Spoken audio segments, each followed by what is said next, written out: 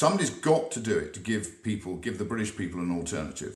I've declared my interest as a farmer. I'm an active farmer, and I have to tell you, my experience of DEFRA is a very poor one, and most farmers would agree with me that DEFRA is not fit for purpose. You know, your rule book mutates like a virus. Half the time you shut your schemes within 24 hours because you've got it wrong and everybody's claiming legume fallow in this case. You know, how can an industry that is based on long-term planning, how can they respond when you don't know your own rule book? And the other thing you've got a problem with, in my view, is you can't keep staff for more than a nanosecond. They all disappear, they go. So 1 minute you've got a contact you speak to, the next minute you've got a new temp who doesn't know the rules themselves. So I'm sorry, I really think that rather than giving us a lot of spiel, you know, somebody needs to get their head down and have a plan to sort this out, because farming is a crucial industry to this country. And as a farmer, I can tell you, when I have adequate intelligence, I find it very hard to follow your homunculus-like rule book, which changes like the weather. So it's terrible.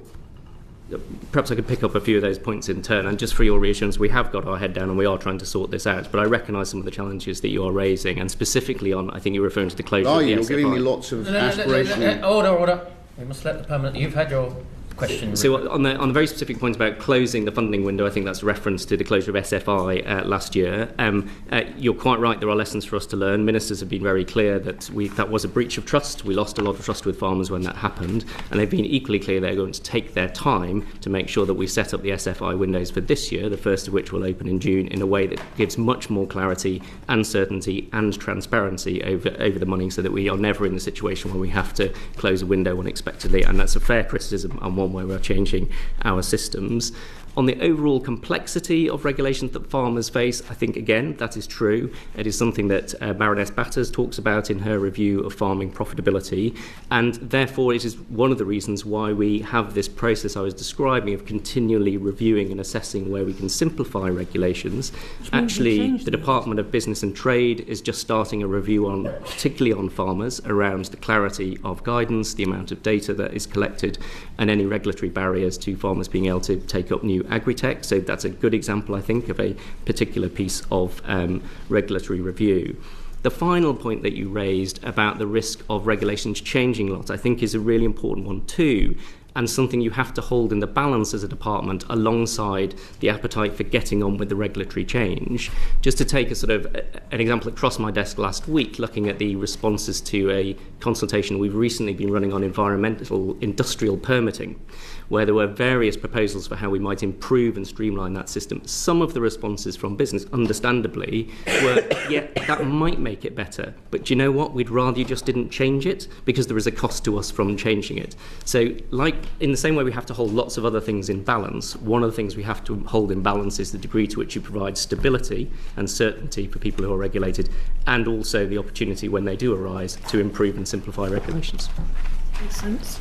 Rupert, yes, please, do carry on. Have you got another question? I think I've got one more question on this for Philip. I mean, again, I find the Environment Agency, first of all, I think you all trip over each other. So I don't think DEFRA's giving you the leadership. I mean, it's not entirely your fault. You come in under their umbrella, but giving you a personal example.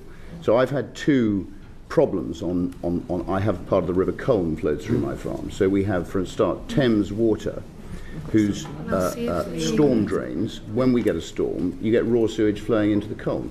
Nothing gets done about that. And again, I think the Environment Agency, you're too soft. In my view, you're as soft as a boiled maggot with them. You should deal with that. Okay, you made a equally, point. Geoffrey, the other issue was sulfuric. There was a fire in a chemical store on the banks of the river, and we had hydrochloric acid that the fire brigade couldn't therefore put the fire out. And this hydrochloric acid got into the river. Took you 5 years to deal with it. Rupert, I think we... So, Geoffrey, I think there's a lot that needs to be done. No, I agree. Loads of stuff. Yeah, right. Come on.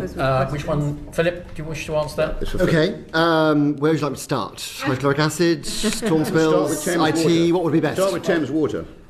Okay. So, water quality. Right. So let's just start with that.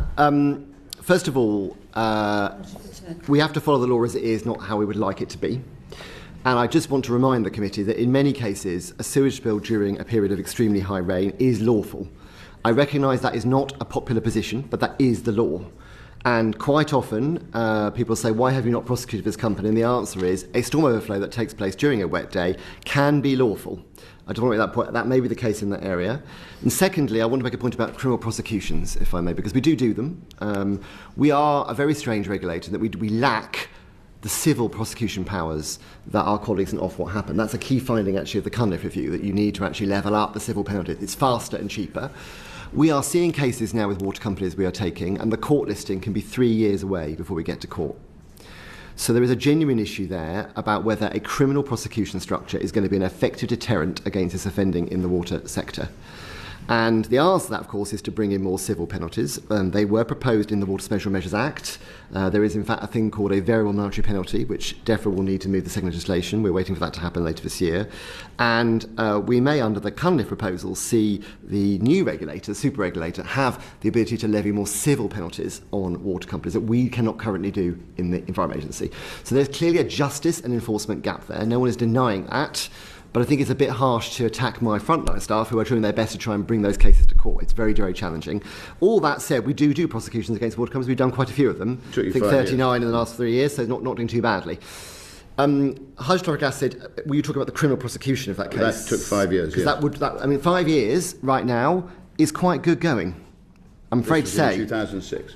Okay, well, I wasn't there in that period. And then on your other points, if I may just say a bit about systems and so on. So, in 2020, looking back a few years, the Environment Agency got to a situation where if you took out all its access spreadsheets, all of its data, it had 700 IT systems.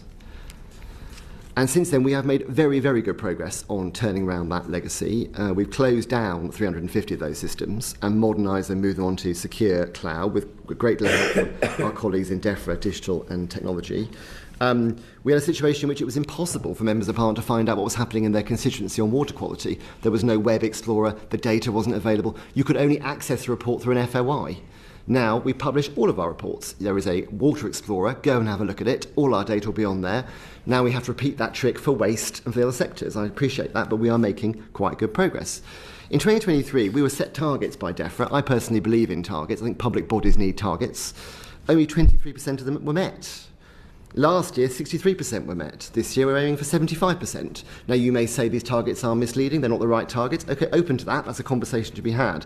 But if you're running a large organisation, you need clarity from the sponsor department on the targets you have to meet, and then you have to do your darndest to meet them. And what it feels like right now in the A's, every month, I am saying to all of my area directors, are you meeting your targets? Maybe they're the right ones, the wrong ones, but people are trying to meet them. I think we are making some progress, Mr. Lowe, and our board, who take a very, very serious look at the performance, who exactly had the reaction you had reading those, have pushed the executive team in the EA to improve performance at every level. We may not be wholly there, but we are making progress. Thank you. Somebody's got to do it to give the British people an alternative.